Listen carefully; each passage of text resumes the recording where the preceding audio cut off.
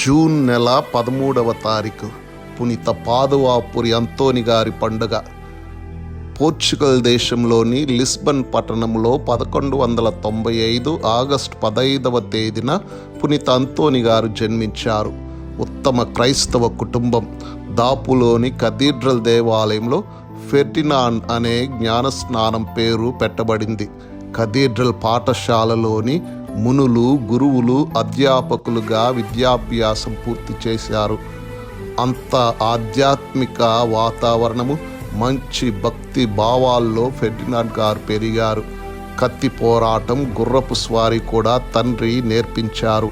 Ferdinand గారు తమ 15వ ఏట దైవ పిలుపును అందుకొని లిస్బన్ పట్టణంలోని పునీత అగస్టిన్ వారి సభకు చెందిన పునీత విన్సెంట్ గారి ఆశ్రమంలో చేరారు. ఇక్కడ వారు 2 సంవత్సరాలు మాత్రమే ఉండగలిగారు.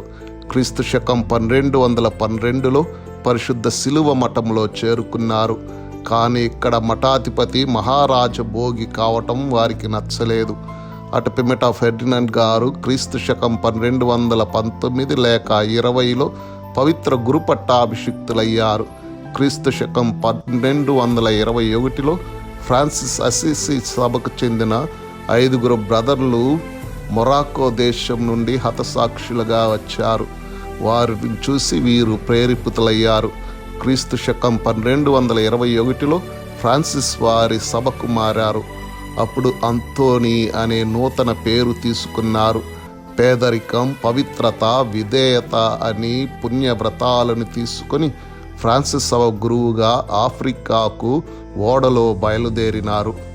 క్రీస్తు శకం 1221లో ఇటలీలోని అసిస్సిలో ఆ సభ జనరల్ సమావేశంలో ఫ్రాన్సిస్ వారిని కలుసుకొని ఆనంద బాష్పాలు రాల్చారు. వారి ప్రసంగాలు ఎంతో మందిని ఆకట్టుకున్నాయి. ఎంతో కీర్తిని పొందారు. అంతోని వారి ప్రసంగాలు మనుషులు మాత్రమే కాకుండా జంతువులు, చేపలు, పక్షులు కూడా విని తరించాయి.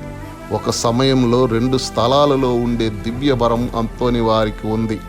క్రీస్తు శకం 1231లో అంతోని వారు అలసిపోయి నిద్ర రాక తలనొప్పితో ఒక కుటీరంలో పడకపై ఉండగా ఒక దివ్య వెలుగు వారిని సమీపించింది. చిన్నారి బాలయేసు అంతోని గారికి దర్శనమయ్యి వారి నుదిటిపై మృదువుగా చిన్న హస్తముతో రుద్దసాగారు. అంతోని వారు బాలయేసును ఎత్తుకొని ముద్దెడినట్లు చెప్పబడింది. కాలక్రమేణా ఆ కుటీరము ఉన్న ప్రదేశం పెద్ద దేవాలయంగా నిర్మింపబడి నేటికి సాక్ష్యముగా ఉంది.